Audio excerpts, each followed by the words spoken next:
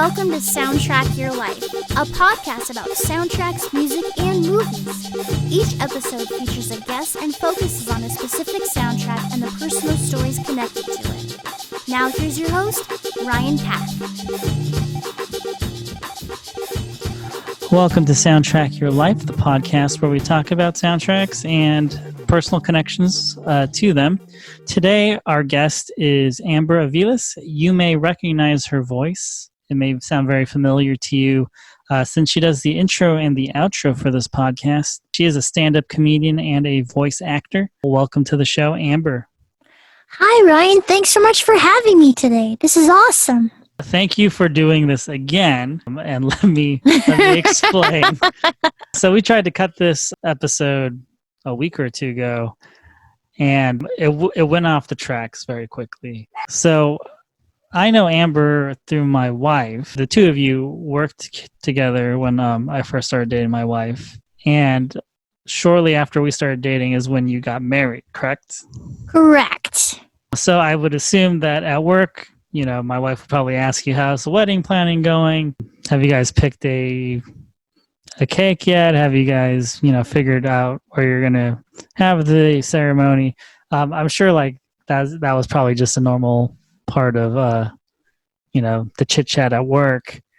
And I guess at one point you guys were talking about the first dance song, and my wife left those conversations thinking that it was You've Got a Friend in Me by Randy Newman from Toy Story.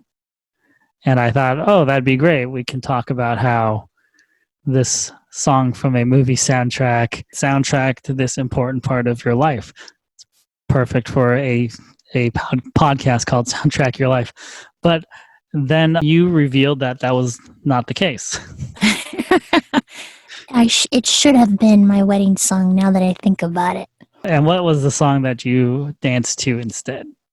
It was Billy Joel's The Longest Time. Which is also a great song. But not from the Toy You've Got a Friend in Me. Yeah, Toy Story. And not from the Toy Story soundtrack. So when I told you that we were going to do Toy Story, you were super confused, and you thought we were just going to talk about the movies, which is my bad. I should have probably double checked with you beforehand, but it just led to things like going off the rails very quickly, and for me, it caused me to do a lot of mental gymnastics, and I think I was distracted the entire time by trying to figure out why I was so certain of something that was incorrect. It was amusing from my end because I wasn't sure what you were asking for. I'm like, there's a story. What story? Is there something I'm missing from my life that I don't remember? I was like, what does he know that I don't know? I was entertained. Yeah, and what's great is after the podcast was over, I went up to go to sleep, and I told my wife, I said, hey, did you know that Amber's first dance song was actually Billy Joel? And she said, I didn't even know that she liked Billy Joel. There you go. But since it was in the running for your first dance song, obviously it's a song that you like quite a bit. I do. I love that song.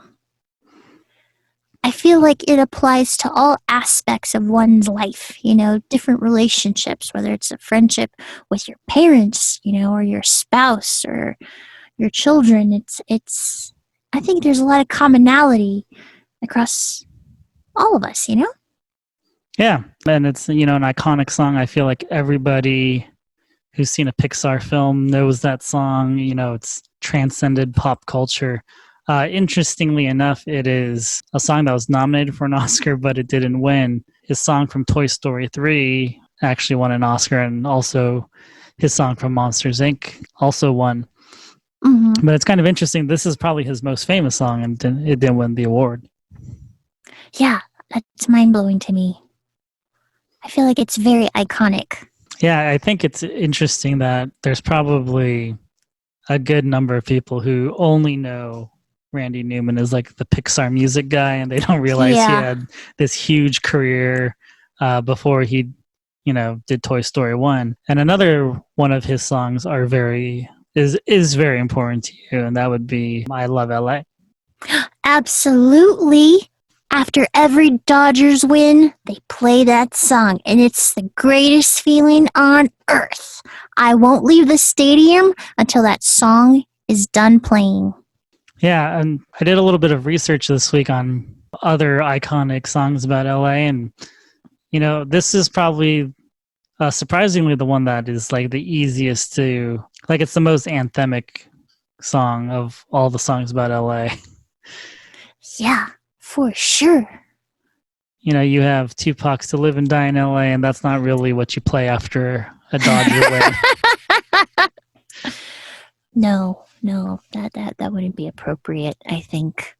I was surprised because I feel like there's so many songs about LA, but I guess a lot of them are about just Hollywood, or they're about certain pockets of LA. There's not a lot about just celebrating being from LA or Yeah. being in LA.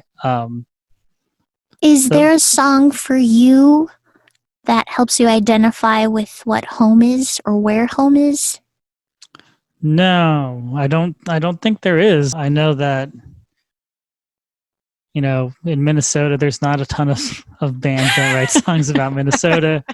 And then then I moved to San Diego, and there's some songs about San Diego, but I think a lot of them were either ska or punk songs.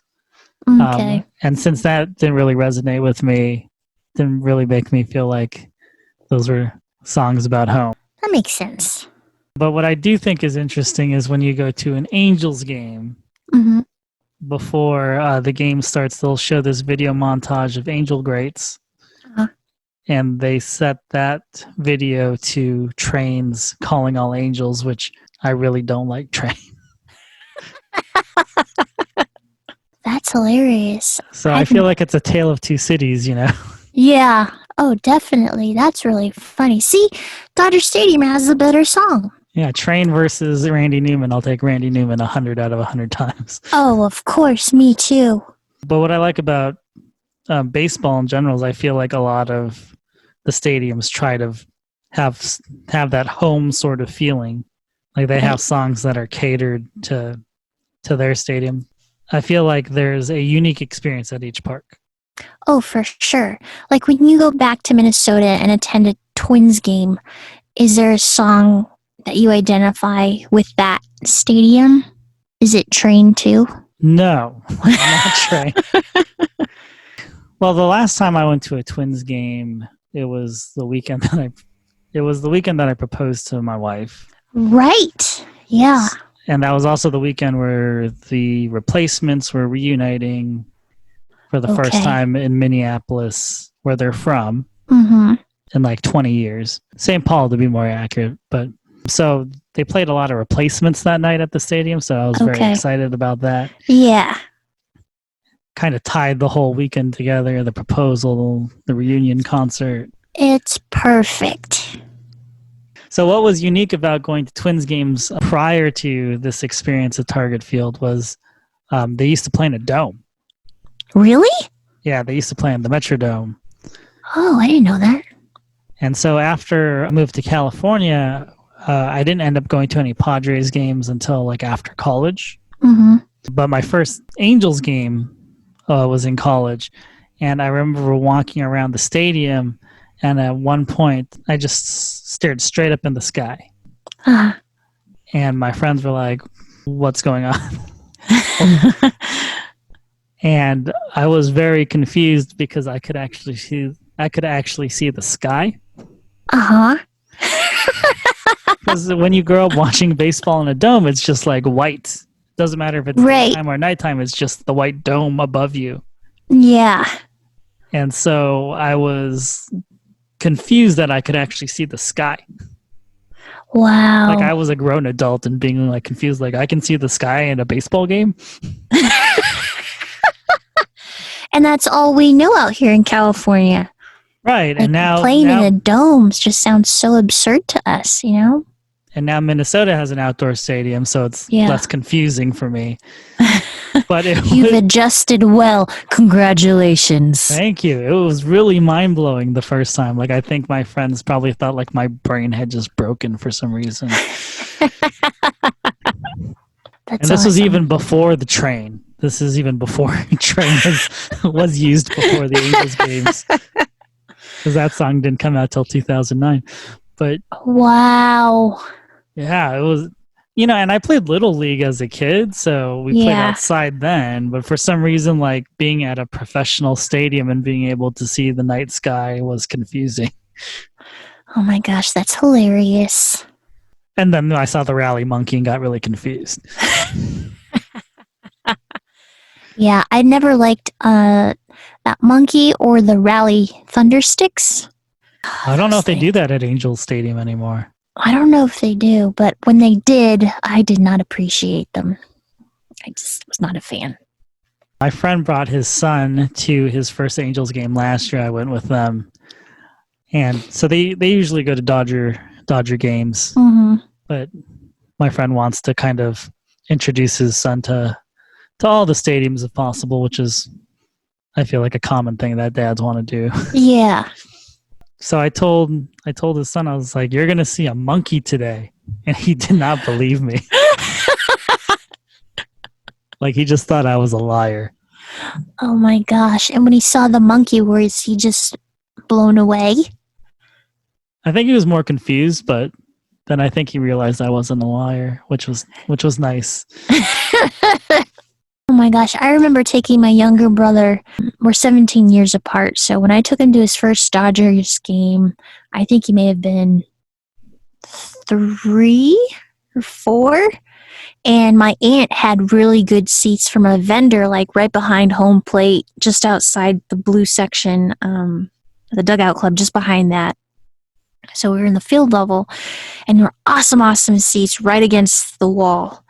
Right in front of the wall, I should say, and it was it Tommy Lasorda's birthday? I don't know. I just remember they brought out a big sheet of cake. My little brother got a piece to that, and then a foul ball that was hit, caught by one of the security guards. He walked over to us and gave my brother the ball, and then all my brother could pay attention to were the beach balls just being bouncing everywhere on different levels of the stadium. And I was like, just watch the game. And he's like, I want the beach ball. And I was like, oh my gosh. And then a few years ago, one of my friends brought her son to an Angels game. And he was as calm and collected as can be, like the complete opposite of my brother. Like, he actually paid attention to the game, was asking questions like which Dodgers pitchers that I really was a fan of, who my favorite players were. I mean, he knew them. And he was, I think, about 6 at the time, or 5. But man, completely different. Either way, it's a good time to take them to their first game, Yeah. Nothing like it. I think my friend's son was most interested in 1, snacks, 2, where's the monkey? Uh-huh. And then he was just excited that he got to run the bases after the game because that's cool. I was trying to look up what other teams do to kind of customize the music to their surroundings. Mm-hmm. Obviously the Red Sox are known for doing Sweet Caroline. Yeah. I guess when the Giants win a game, I know you don't want to hear about them ever winning a game. Oh, that's okay. Play Tony Bennett. I left my heart in San Francisco. Mm-hmm. That's a good one. And then the Cubs have that Go Cubs. Is it Go Cubs Go? They have a song written for them specifically. Oh, really? And you know what other team does that you would never guess has a song specifically written for them? What? The Miami Marlins. Really? Yes. Who sings it? Emilio Estefan. Stop! No way. Not Gloria Estefan, Emilio Estefan. Emilio. Wow, that is awesome. I'm going to have to look that up. I feel like that's very appropriate. And I feel like it's maybe Jennifer Lopez should write a song for the New York Yankees. I don't think that would go well with the Yankees. Maybe not. Maybe if her man was Jeter, but not A-Rod. Right, that is very true. I like Emilio. That's fun. I think that's Hilarious. Well, I know there was a band called the Hold Steady. They recorded a version of "Take Me Out to the Ball Game" for the Twins, but that's as Oh, close as it's gotten. do you sing when they play that song? Like, do you stand up in motion through the song? Yeah, I mean, usually I will if I'm not using the seventh inning stretch to use the facilities. Gotcha. Okay. I do all the time, and my voice will crack, and I don't care. I am belting it out. So fun. It's a good song. Yeah, for sure. I believe after "Take Me Out to the Ball Game" at Angel Stadium, they'll then play "Build Me a Buttercup." What? Yeah. Yeah, Build me a buttercup. No way. you know that song. Yeah. How is that a baseball song? But like nobody knows why. Really? Yeah, because I was reading this ESPN article on stadium songs, and this is from 2012. But it says that rumor has it Buttercup was chosen by owners Artie and Carol Moreno because it was among their favorite songs, but the Angels say it was simply the first song that tested well. Wow. Huh. Well, aren't those Angels interesting? Yeah, I mean, as much as I don't like that Train song, at least I understand why they use it. Yeah. And it's as upbeat as a song about angels tends to get. Right. Because I was like, Eunice, what's that famous song about angels? And she's like, Sarah McLachlan. I was like, they did not play the Sarah McLachlan song at Angel Stadium before the game. Oh my gosh, that'd be so depressing. Yeah, like all angel songs are typically pretty sad. Yeah. So especially that one. Train has cornered the market on positive angel songs. Good for them. Are they still together? Are they still a thing? I would assume so. I know almost nothing about that band other than like anytime I hear one of their songs, I don't like it. Are they your least favorite band of all time? They might be. Yeah. They might be up there. It's really trendy to hate on like Nickelback or Smash Mouth. But I think Train may take the cake for me. Wow. Yeah. Sounds like it. It's completely understandable. I mean, they're not that great. Yeah, they're the vanilla ice cream of bands, I feel like. I agree. So should we go back to talking about Randy Newman? Oh yeah. So I didn't want to shoehorn this in to our earlier conversation about him. I was really determined to make this work. But then I realized it was just really silly. But at Farm Aid in 1985, Randy Newman and Billy Joel performed together, like dueling piano style. Oh, they did? They did. Obviously, this is 1985 and not 1995, so Randy Newman did not play "You've Got a Friend in Me." Okay, but it's acceptable. I was gonna make the joke that once again they were dueling pianos, but for your first dance song.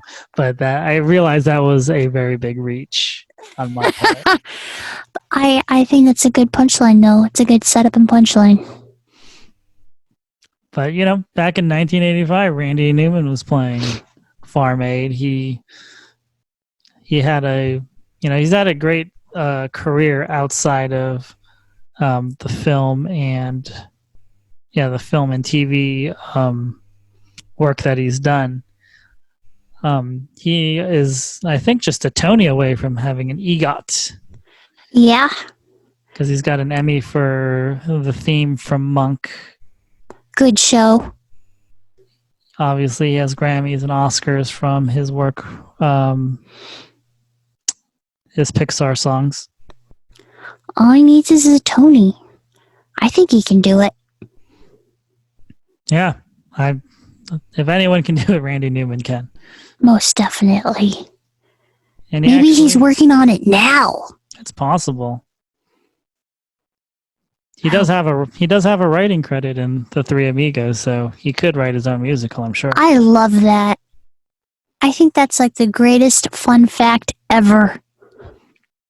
I think that was my favorite movie growing up. Really? Yeah. I think Yeah. The Three Amigos might have been my favorite movie until like high school. Then what movie was next? Dumb and Dumber. Did you like the sequel? I did not see the sequel, though. I think the Okay. reviews kind of scared me away. Okay. I saw Jeff Daniels do an interview, and he was talking about Dumb and Dumber as part of it, and his agent was like warning him, like, are you sure you want to do this movie opposite Jim Carrey? Like, Jim Carrey is on fire right now, right? He had just done The Mask and Ace Ventura. Mm, He's like, do you think you can like really match his energy on screen? yeah. Because I think at this point Jeff Daniels had done mostly drama. Okay. He wasn't known for doing comedy.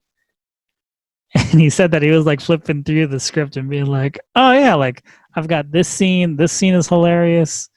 You know, there's this toilet thing. This is gonna kill. Like he was just like showing his agent like, oh yeah, you know, Yeah. I'm gonna stick my tongue on the metal bar, Yeah. and that's gonna get a ton of laughs. And then I'm gonna take that big huge dump in the toilet and have all that gas from the laxatives. Mm-hmm. Like he was like systematically like showing his agent, like, no, like I've got a bunch of great scenes in here. Don't worry about me. Oh my gosh, that's hilarious. And you know, obviously he did well. Though I don't think he did too many more comedies after that. No, I don't think so. I wonder how he felt after the second one. Yeah, that's a good question. I don't think I think the interview I saw with him was before that. Yeah. They were talking a lot about the newsroom. Ah, okay. Are you a big fan of Jim Carrey? I would say I'm a fan. Like I won't go watch. I wouldn't go watch a movie of his, you know, without researching whether it's getting positive reviews. Gotcha. Are you a big Jim Carrey fan? I appreciate him. I think he's funny. Like I thought he was great in Eternal Sunshine. Yeah. I liked you know, The Mask, Dumb and Dumber. I think my favorite for him as an actor, for me as a fan, is The Truman Show. Truman Show was also great.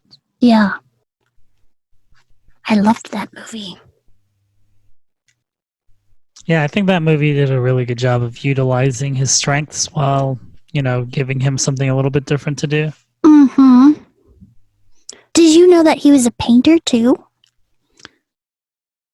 I found out about that recently, Mm-hmm. but I didn't. But yeah, he's very talented at that. Yeah, I saw some of his paintings when I was in Las Vegas 2 years ago, I want to say. Yeah, and I was like, oh, that's so cool. Just doing a little bit of everything. Like Nancy Cartwright, the voice actress for Bart Simpson, she's a painter too. Oh, I didn't know that. Yeah. But I don't want to segue into painting because that's not really a soundtrack. But, you know, just a little fun fact. I had no idea that Nancy Cartwright did that. Yeah, she's pretty cool. She's cool. You've met her, right? I have. She is super, super nice. Who are some of your favorite voice artists that you've met? Well, obviously Nancy Cartwright. Lori Allen. She plays Pearl on SpongeBob SquarePants. She's amazing. Sue Blue. She was on the Transformers back in the day. She's done obviously tons of stuff since then. I think she's retired now. I mean, there's a whole bunch. Like, it's really nice that in the voiceover community, that I'd say all the people that I have met have been amazing individuals. They're just nice humans that are like willing to help. Like, I remember I got a voiceover gig a long time ago based on a reference of a girl that I had met who had a similar voice print as me, but she referred me to the company and they hired me for that gig that she was initially auditioning for. Like, they hand off work to others thinking if they can do a better job. You know what I mean? Like, I was like, that's in on-screen acting, you never see that. You know? Yeah, I was going to say that does not sound like Hollywood at all. So, like, it's just a really awesome community to be a part of, you know? So, I mean, but like, so everyone that I've met, like, even like the big players like Rob Paulsen, for example, who's been 2 Ninja Turtles. He's Pinky from Pinky and the Brain. You know, he's Yakko Warner from Animaniacs, which comes back this fall. Like, it's players like that. Like, even he was so down to earth, you know? Like, it's just amazing company. I mean, I aspire to be in their league one day, and I'm working on it. But it's just so cool, you know. And regular people, like, if you're not a fan of these voice actors, you're not going to know what they look like, obviously, unless you're going to Comic-Con and you're in line to get their autograph or picture or something like that. But it has an anonymity to it, which is nice. And yeah, I don't know. I just think it's a really great community to be a part of. And like, so Rob Paulsen has a podcast. I think it's called Talking Tunes. And I think last year I went to go to this podcast taping because he brought up the original cast from the first Ninja Turtles series. And they read the very first episode, the pilot episode. And it was so, so cool. Unfortunately, James Avery wasn't there. May he rest in peace. So they had Bill Farmer play the Shredder in Goofy's voice. Oh, wow. It was so cool. My mind was like, what is happening? Like, I felt like a kid in a candy store. I was like, oh my gosh. It was amazing. And then after the show, I went up to them and I was like, what advice do you have for a voice actor like myself who's just, you know, kind of like a rookie sort of? And they're just like, just keep going and just do it. I don't remember what they said. I wrote it down somewhere. But something along those lines that's encouraging. And yeah. And then one time I ran into Jim Cummings, who plays Winnie the Pooh. And I ran into him, and he was as nice as can be too. Took a picture with me. And I was like, "You're Winnie the Pooh." Like, he's also Darkwing Duck. Yep. Yeah. So it's just cool to meet people like that. Like, have you met any of your favorite, whether it was an athlete or musician or actor or anyone in the business? Yeah, I've met some of my like favorite people from like my favorite bands. Yeah. They were all nice. Like, don't have too many stories to be like, oh yeah, this is what happened. I don't remember things they told me. I think I was mostly just, mostly nervous. Yeah. And didn't want to like overstay. Yeah. My welcome. Actually, the new Phoebe Bridgers album is called Punisher because I guess it's like a slang for what artists will call the fans who just like will not leave them alone at the merch table. Really? Yeah. Like, they're not referring to the Punisher as the comic book Right. hero, but that's like industry code for like the fan that just like will not shut up. Wow. Yeah, I don't want to be that person. So yeah, No. I think I'm too self-conscious about being a Punisher, where I haven't had where I don't try to like talk too much to bands or or actors that I run into. But yeah, I would agree with you that actors, voice artists, Mm-hmm. they tend to be pretty happy to chat for a bit. I met James Urbaniak. Oh, wow. He was like, I was like, I'm a big Venture Brothers fan. And he's like, do you want to do the Go Team Venture thing with me? I was like, oh, like you're offering, like absolutely. Oh, so let's get back to a story about your wedding. Oh, yes. So at your wedding, my wife told me that you were going to have a stand-up comedian at your wedding, Yes, she which, is correct. which I thought was a terrible idea at the time. I mean, It just Yes. sounds like a bad idea because she had explained it as it was your friend's friend from college. Correct. Like it Who wasn't like it's happens? Oh, no, go ahead. I'm sorry.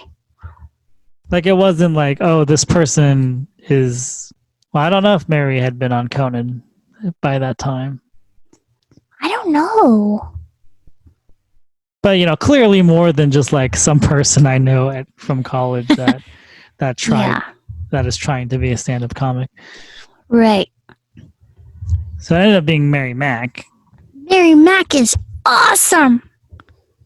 She's so funny. I love her.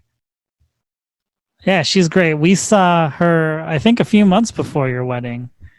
We were at a show. Uh-huh. Like we weren't going to see her, but they brought her out at the show, and she was very funny.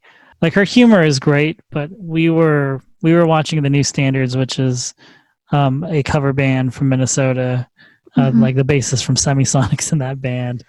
Mm-hmm. And they brought out Mary Mack, and they brought out the lead singer from Semisonic, and this was early in the courtship of my wife, and I was like, is this too much Minnesota for her at once? Because Mary Mack's talking about like ticks and Lyme disease and meat raffles. Yeah. And I'm like, I don't know if this is just too much for my wife, but she's very funny. We enjoyed her. And unfortunately, we couldn't make it to your wedding, so we didn't get to see her do comedy at your wedding. But that would have been funny because my wife would have been like, oh my gosh, it's that girl from that show with talking about the meat raffle. Yeah, she's just so refreshing, She's a clean comic that her storytelling is phenomenal, and the way she just presents it to you in a conversational way that you can relate to her on all aspects of her material, Even if you're not from Minnesota or Wisconsin, never had a tick bite or Lyme disease or something. Like you could just I just love her. She's so fun. Yeah, if I had known it was her, I would have been like, oh, like that would be fun for a wedding. Thanks. But and I'm glad it went well for you. Yeah. But when you hear like it's my friend's friend from college, you're thinking right. of like oh an man, open micer. Yeah, like a roast. Yes, I totally. Or like a bunch of jokes like, yeah, hey bro, it's her day, but it's your night. Right. So Mary Mack is one of the nicest comedians, actors that I've ever met. Mm-hmm. And I remember talking to her about going to the state fair. Uh-huh. Because Eunice, my wife, she had never been, and I hadn't been since I was a kid. I was like, oh, we're thinking about going to the state fair next year. And Mary Mack was like, oh, you should go. You should totally go. And then she explained the state fair to Eunice as it's like New York City, but it only had all the best things. Yeah. And then she said, maybe I'll see you guys there. I go like 10 times a year. That's cool. And it's not often where like you meet like a comedian or an actor and they're like, maybe I'll see you around. Yeah. And you might. Have you been back since? We have not. Oh. Last year because of the baby, and then this year because of the pandemic. Mm-hmm. Mm-hmm. which is Maybe, very sad. maybe next year. I think we'll probably try to go when Zoe's a little bit older, so she doesn't need like a nap in the middle of the day. And No, that's true. Is it in September? I think it ends Labor Day weekend. Oh, So okay. So probably August. yeah, so I think it starts 2 or 3 weeks before then, and then it ends Labor Day Okay. weekend. What's your favorite food when you go? Like, what's your go-to you just have to have? The corn on the cob, the roasted corn on the cob is the best. Mm-hmm. Minnesota corn is very different from California corn. Oh, I'm sure. I mean, I'm sure Nebraska corn's even better than that since they're the Cornhusker state. But Does it have a natural sweetness to it? I don't know if it's a sweetness, but it's just like the kernels are bigger and juicier. Oh, really? Like it just tastes better. Like you can tell it's just better quality corn. I want to go. Yeah, so the roasted corn is great. Eunice loves cheese, so we get the fried cheese curds. Delicious. Love those curds. The curds are great. The quadruple fried French fries are also good. Stop. Quadruple fried? Wow. I believe that's what my friend told me. He goes, "These are like quadruple fried." So are you just biting into a stick of oil by that point? Now it's very. Or are they like steak fries? They're That not are thicker. They're not as thick as steak fries, but they're definitely like a lot thicker than like McDonald's fries. Okay. That makes sense. So those are very good. Yeah, I was skeptical of the French fries because I just figured like it's French fries. Yeah. But my buddy got a bucket of them. They're very good. Oh. People obviously are all about the bucket of cookies you can get, chocolate chip cookies. Ooh, that sounds tasty. From Sweet Martha's. Does she ship? I don't know. She might now because they probably have a ton of cookie dough and no state fair. Sweet Martha's. But they also have a bunch of artisanal sort of food. A bunch of food vendors. We had like a goat cheese and roasted peach something or other. Ooh. So it's pretty. It can get pretty upscale if you want it to be. And moving from Minnesota to San Diego, I just assumed everything in California was going to be better, but that state fair, I don't think anything out here matches that. I would agree. Like I've been to the Orange County Fair, I've been to the Del Mar Fair. The state fair is pretty cool up in Sacramento. I've only been a couple of times. I'll have to check that out because that's really like the true apples to apples comparison. I can't compare a whole state fair to a county fair, I guess. But it was fun. Eunice had a great time. We got to eat a lot of fancy food. That sounds like the perfect day to me. And not so fancy food. It's a mix of everything. I love it. I want to go. We should all go. Yeah, let's do it. How old does Zoe have to be? Like, I'm thinking like 5. 5. Okay.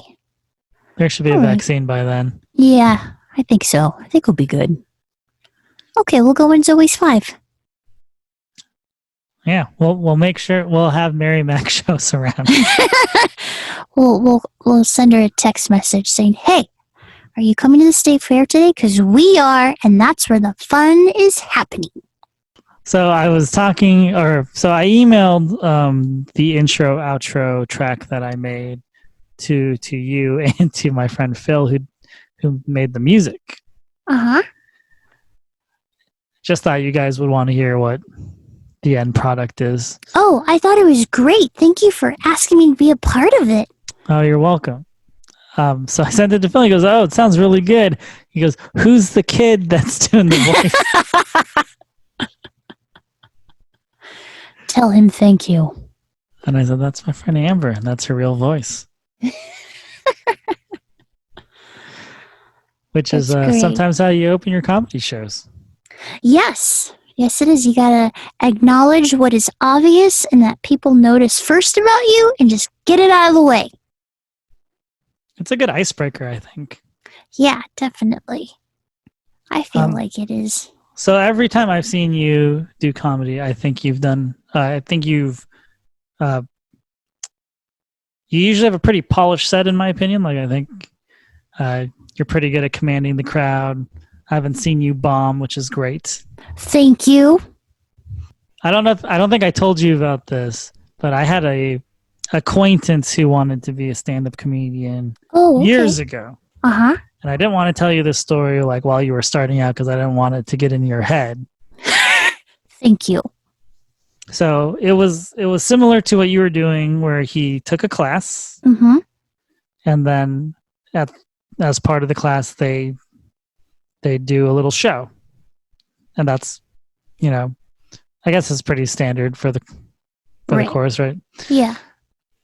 So we went to his show.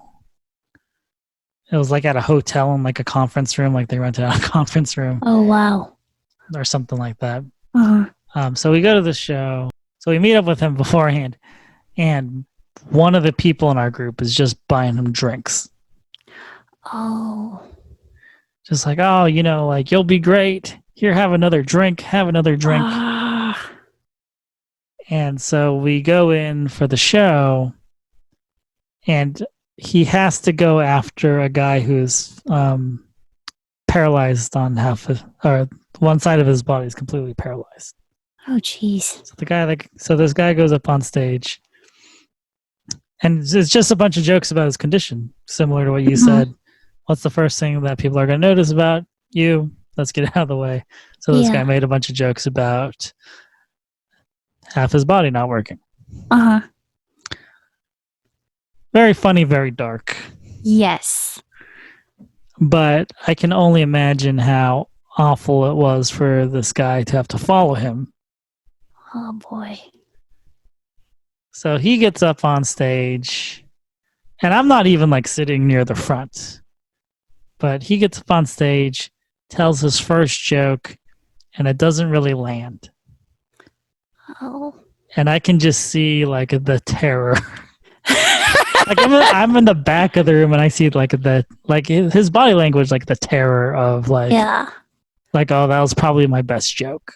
Oh man, that's rough. And plus he's been drinking, so there's no like, I'm just going to make something up on the fly, which is hard to do as a comedian anyways. Right. But you sense the panic.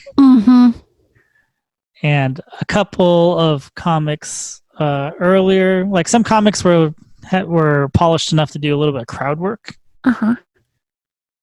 And his drunken mind went to like, I'm going to do some crowd work instead. Oh no. And all that came out was him pointing at that guy and saying, "You're crippled." No. Yeah. Shut the front door. No way. That man was a great sport about it. He laughed so hard. That's good. Because I think he knew that like the guy was struggling, and just give him a break. Yeah, that's so kind of him to do that. But wow, that's brutal. I'm sure the whole audience felt so uncomfortable. Oh yeah, it was bad. It was like watching enough episode of The Office. Yeah. Wow. Yeah, bombing is not fun. But you I'm sure he's a much stronger comedian now, right? Is he still doing it? I think he retired. Oh, okay. So he kept it going for a little while. Yeah. Because he could draw people. He had a lot of friends who would come out to these shows. But he had the one friend that was buying him drinks made a habit of like just getting this guy into comedy hell. Yeah. So drink buying guy had a birthday party, Yep. We're back at the house, hanging out, having a few beers. He goes, "Hey, man, why don't you do like 5 minutes of comedy for everybody right now?" No. So like this friend who thinks he's being like super helpful is like the devil on the shoulder, just like, I'm gonna make you fail over and over and over again. First, I'm just gonna buy you too many drinks, and then Yeah. I'm going to ask you to do an impromptu set at my birthday party. Like, it was bad. Wow. So not a happy ending to that story. Well, I'm glad you didn't share that with me early on. Thank you. Oh, I wanted to, but I knew that was probably not a good idea. Bombing is awful. Like the times that I know I have definitely bombed have always been at comedy contests. Like I am awful at them. Like I don't know what it is. I think it's maybe just a mental thing, but once you put contest on the end of that show name, I freak out. I don't think I'm funny anymore. Like like all doubt sets in because I know that they're writing comments and they're grading you and I do awful, absolutely awful every single time. What exactly is a comedy contest versus like just a comedy show? Well, you submit to the contest and then you get invited to participate, and then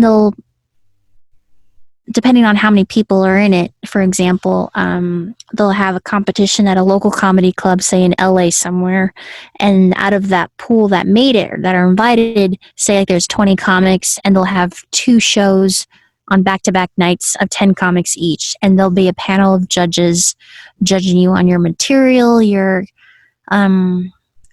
likability on stage, the audience's response, your command of the stage, stuff like that.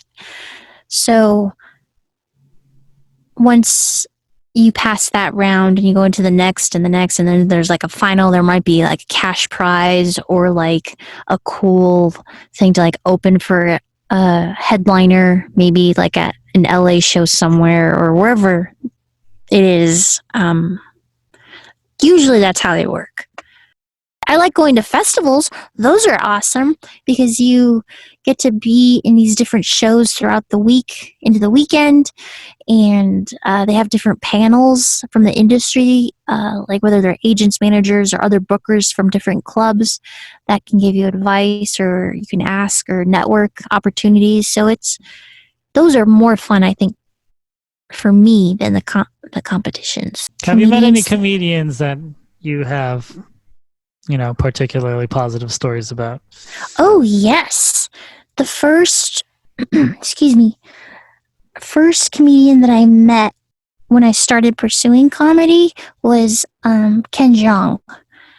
I went to his show at the Laugh Factory in Long Beach with a friend of mine, and we had just gotten back from Germany. And so I just started my comedy class, and I was so excited to see him. And afterwards, he was just taking pictures and shaking hands with people for after the show. And so we were towards the end of the line, and I went up to him, and we took a picture. And my friend, who's Korean, she's a pharmacist, and she said something in Korean, and then I said the common greeting in Korean, and he's like, "Whoa!" And then I said, "Do you have any advice for someone like me starting in stand-up? I'm a total newbie." And he was like, "Get rid of that voice, kid." He's like, I'm just kidding. No, but really, if you do succeed, remember Dr. Ken told you that you would," or something like that. Like, he was super cool. Super, super cool. And I've just had positive experiences with like Joe Coy and Brad Williams, Iliza, Cristela Alonso, a whole bunch of people I've been very lucky to see and actually had an opportunity to shake hands with, before the pandemic. So would you say that the comedy community is kind of like the voiceover community, where most people are like really helpful? I mean, they may not, try to book you in shows that they're not able to make or anything like that, but Right. do you feel like it's that tight-knit community where, people are at least willing to offer you advice?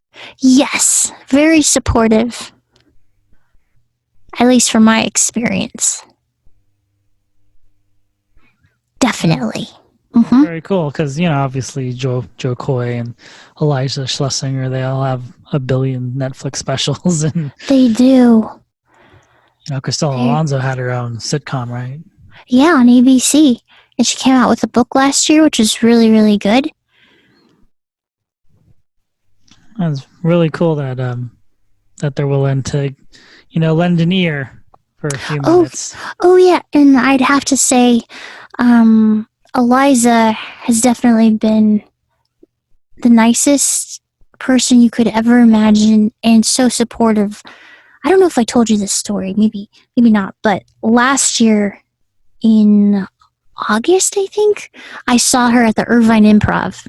And I went to a Friday night show, the later one, because usually the comics are a little bit looser and just go all out typically because they're tired, they may have been drinking, who knows. And you always get an interesting show if it's the last one of the evening, at least from my experience. Like with theater, you always go to the last one and the cast goes all out kind of thing. And so when I went to see her that night, I had also paid to do the meet and greet after the show. And when I go up there, I give her just a little card to say thank you. And it came from a sincere place because when we lived in Germany, she had, I think, 2 Netflix specials out, and I would always watch them because they made me feel less homesick. And so in the card, I just wrote down the things I wanted to say in case I couldn't get them out because I didn't know how fast the picture taking was going to be or how much time I'd have with her. And in that card, I said, I just started stand-up, and my dream is to open for you just 5 minutes at some point in my career, and everything else I do is just gravy.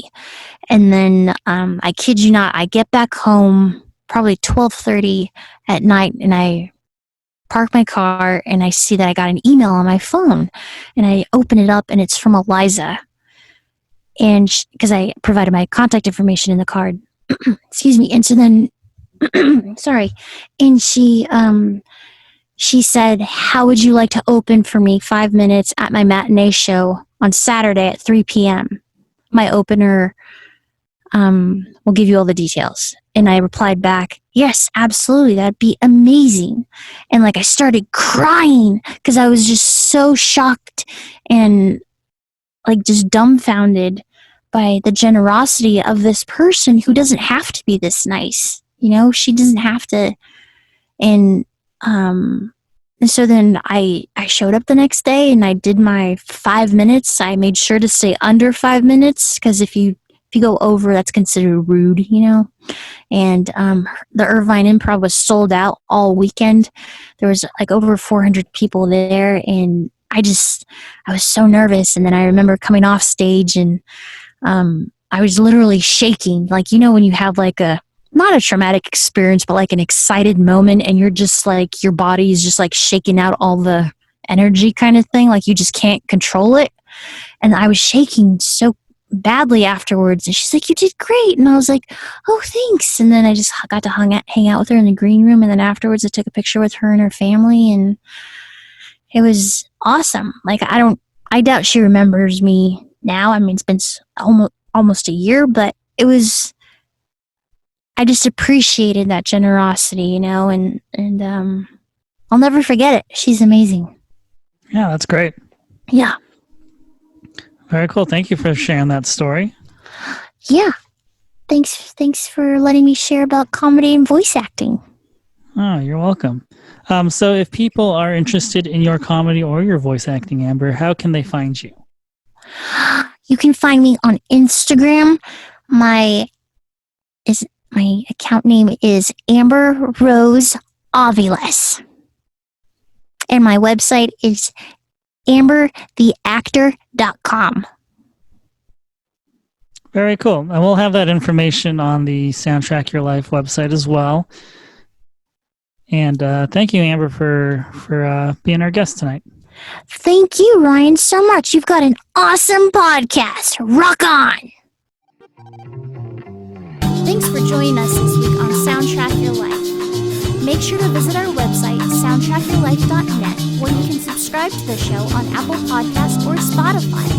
While you're at it, if you found value in the show, we'd appreciate a rating. Or if you'd simply tell a friend about the show, that would help us out too.